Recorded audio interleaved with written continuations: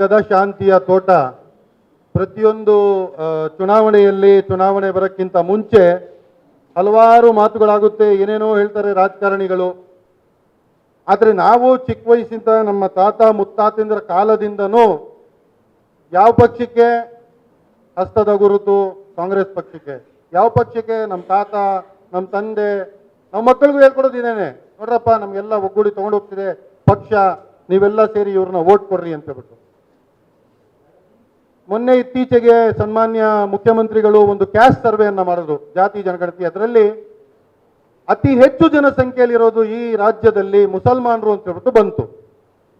ಮೊದಲು ಯಾವ ಆಧಾರದ ಮೇಲೆ ಅಂತ ಹೇಳಿದ್ರೆ ನಾವು ಸೆನ್ಸಸ್ ಮೇಲೆ ನೋಡ್ತಿದ್ವಿ. ಈ ಜಾತಿ ಜನಗಣತಿ ಆದ್ಮೇಲೆ ನಮಗೆ ಅರ್ಥ ಆಯ್ತು ಏನಂದ್ರೆ ಕರ್ನಾಟಕ ರಾಜ್ಯದಲ್ಲಿ ಮುಸ್ಲಿಂ ಸಮುದಾಯ ನಂಬರ್ 1 ಸಮುದಾಯ. ನಮಗೆ ಸೀಟ್ಗಳು ಎಷ್ಟು ಕೊಡೋದು ಇವರು? 15. ಕಾಂಗ್ರೆಸ್ ಪಕ್ಷದಿಂದ 15 ಸೀಟ್ಗಳು ಕೊಟ್ಟರು. ಅದರಲ್ಲಿ 9 ಜನ ಜಯಶ್ರೀಲಾಗಿ ಬಂದರು.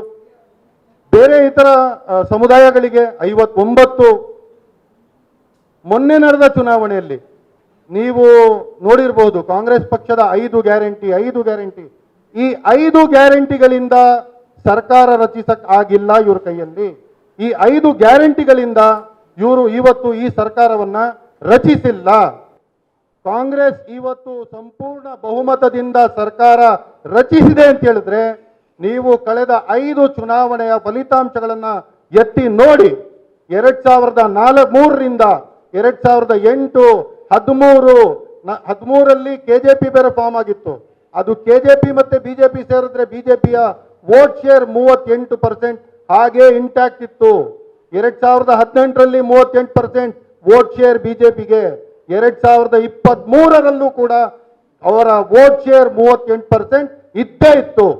ಆದರೆ ಈ 2023ರ ಚುನಾವಣೆಯಲ್ಲಿ ನಮ್ಮ ಈ ಹೈಕಮಾಂಡ್, ಕಾಂಗ್ರೆಸ್ ಅಲ್ಲಿ ಡೆಲ್ಲಿಯಲ್ಲಿ ಒಂದು ಹೈಕಮಾಂಡ್ ಇದೆ, ಈ ನಮ್ಮ ಹೈಕಮಾಂಡ್ ಮಸೀದಿಯ ಮೂಲಕ ಎಲ್ಲ ಮುಸಲ್ಮಾನರಲ್ಲಿ ಒಂದು ಮಾತನ್ನ ಹೇಳಿದ್ರು, ಈ ಸಲ ಪ್ರತಿಯೊಬ್ಬರು ಸೇರಿ ಒಗ್ಗೂಡಿ ನೀವೆಲ್ಲ ಕಾಂಗ್ರೆಸ್ ಪಕ್ಷಕ್ಕೆ ಮತ ನೀಡಬೇಕು. ಅಲ್ಲಿ ಕೆಲಸ ಮಾಡಿದ್ದು ಕೇವಲ ಕಾಂಗ್ರೆಸ್ ಪಕ್ಷದ ಕಾರ್ಯಕರ್ತರಲ್ಲ. ಈ 2023ರ ಚುನಾವಣೆಯಲ್ಲಿ ಮಸೀದಿಗಳಿಂದ ನಮ್ಮ ಏರಿಯಾದ ಹಿರಿಯರು ಪ್ರತಿಯೊಂದು ಮನೆಗೆ ಹೋಗಿ ವೋಟರ್ ಲಿಸ್ಟ್ ಚೆಕ್ ಮಾಡಿ ಈ ಮನೆಯವರು ಇಲ್ಲಿದ್ರಲ್ಲ ಎಲ್ಲೋದ್ರು ಅಂತ ಅವರನ್ನ ಕಂಡಿಡಿದು ವಾಪಸ್ ಕರೆಸಿ ವೋಟಿಂಗ್ ಮಾಡಿಸಿದ್ದಾರೆ. ಫಾರಿನ್ ಇಂದ ಬಂದು ಇಲ್ಲಿಗೆ ವೋಟ್ ಮಾಡಿದ್ದಾರೆ. ಬೇರೆ ಬೇರೆ ರಾಜ್ಯಗಳಲ್ಲಿ ಕೆಲಸ ಮಾಡಕ್ ಹೋಗಿರೋರ್ನೆಲ್ಲ ರೈಲು ಬಸ್ಸು ಟಿಕೆಟ್ಗೆ ಕಾಸನ್ನ ಕೊಟ್ಟು ಕರೆಸಿ ಈ ಸಲ ನಾವು 92% ಮುಸ್ಲಿಂ ಸಮುದಾಯ ಮಾಡಿರುವ ವೋಟ್ಗಳಿಂದ ಮತ್ತು ಬೇರೆ ಇತರ ಪಕ್ಷಗಳಿಗೆ ಇವಾಗ JDS ಎವ್ರಿ ಎಲೆಕ್ಷನ್ 20% ಅವರ ವೋಟ್ ಶೇರ್ ಇತ್ತು. ಆದ್ರೆ 23ರ ಚುನಾವಣೆಯಲ್ಲಿ ಅವರ ವೋಟ್ ಶೇರ್ 13ಕ್ಕೆ ಬಂದಿಳಿತು.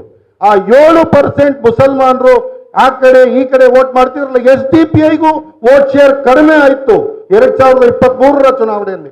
ನಾವು ಎಲ್ಲರೂ ಒಗ್ಗೂಡಿ ಕಾಂಗ್ರೆಸ್ ಪಕ್ಷಕ್ಕೆ ಮತ ನೀಡಿ ಕಾಂಗ್ರೆಸ್ ಪಕ್ಷಕ್ಕೆ ಇವತ್ತು ಸಂಪೂರ್ಣ ಬಹುಮತದಿಂದ ಗೆಲ್ಲಿಸುವ ಒಂದು ಕ್ರೆಡಿಟ್ ಕೊಡಬೇಕು ಅಂದ್ರೆ ಅದು ಮುಸ್ಲಿಂ ಸಮುದಾಯಕ್ಕೆ ಮಾತ್ರ ಕೊಡಬೇಕು ಅಂತ ಹೇಳಕ್ ಇಷ್ಟಪಡ್ತೀನಿ. ಒಂದಾಯ್ತು. ನಂತರ ನಾವು ನಮ್ಮ ಮಾತನ್ನ ಇಟ್ಕೊಂಡ್ವಲ್ಲ, ನುಡಿದಂತೆ ನಡೆದಿದ್ದೇವೆ ಅಂತ ಹೇಳುವ ಕಾಂಗ್ರೆಸ್ ಪಕ್ಷ ಮುಸಲ್ಮಾನರ ಜೊತೆ ಎಲ್ಲಿ ನಡೆದಿದೆ? ಹಿಜಾಬ್ ಎಷ್ಟು ಕೋಲಾಹಲವನ್ನ ಸೃಷ್ಟಿಪಡಿಸ್ತು ನಮ್ಮ ರಾಜ್ಯದಲ್ಲಿ.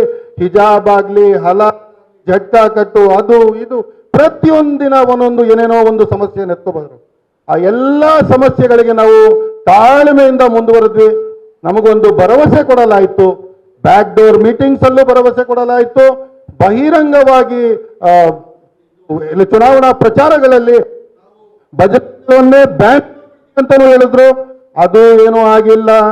ನಮಗೆ ಹಿಜಾಬ್ ಅನ್ನು ವಾಪಸ್ ಕೊಡ್ತೀವಿ ಅಂತ ಹೇಳಿದ್ರು. ಸುಪ್ರೀಂ ಕೋರ್ಟ್ ಅಲ್ಲಿ ಕೇಸ್ ಹಂಗೇ ನೇತಾಡ್ತಿದೆ. ಅದ್ರ ಬಗ್ಗೆ ಏನು ಮಾಡಿಲ್ಲ. 4% ರಿಸರ್ವೇಶನ್ ಮುಸಲ್ಮಾನರಿಗೆ ಸಿಕ್ತದ್ದು, ಅದ್ರ ಮೇಲೆ ಸ್ಟೇ ಇದೆ, ಅದನ್ನ ವೇಕೇಟ್ ಮಾಡಿಸಿಲ್ಲ.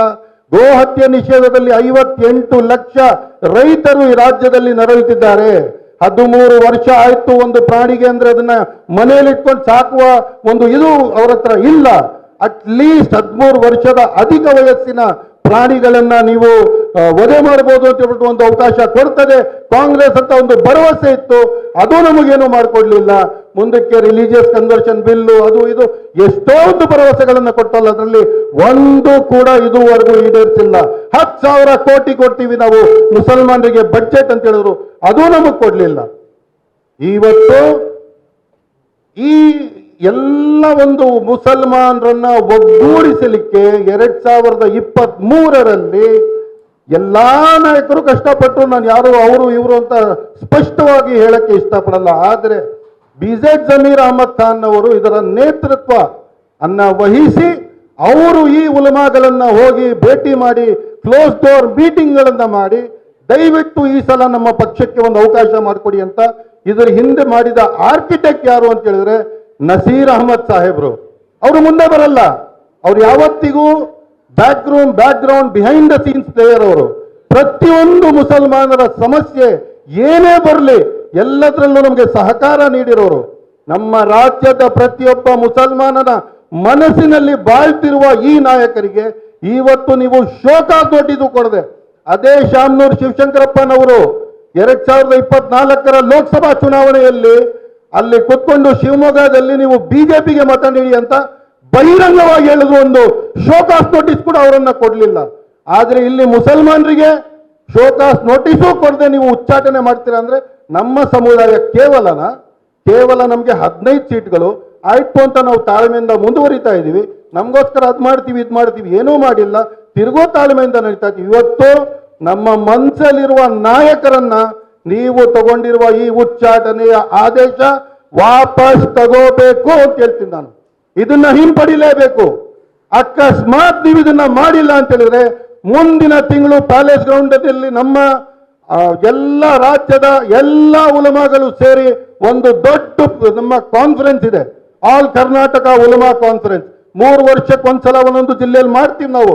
ಎಲ್ಲರನ್ನ ಒಗ್ಗೂಡಿಸಿ ಅಲ್ಲಿ ತೀರ್ಮಾನ ತಗೋತೀವಿ ಅಂತ ಎಚ್ಚರಿಕೆ ನೀಡಕ್ಕೆ ಈ ಮಾಧ್ಯಮದ ಮೂಲಕ ಕಾಂಗ್ರೆಸ್ ಪಕ್ಷಕ್ಕೆ ಎಚ್ಚರಿಕೆಯನ್ನ ನೀಡ್ತಾ ಇದ್ದೀನಿ ನಾನು.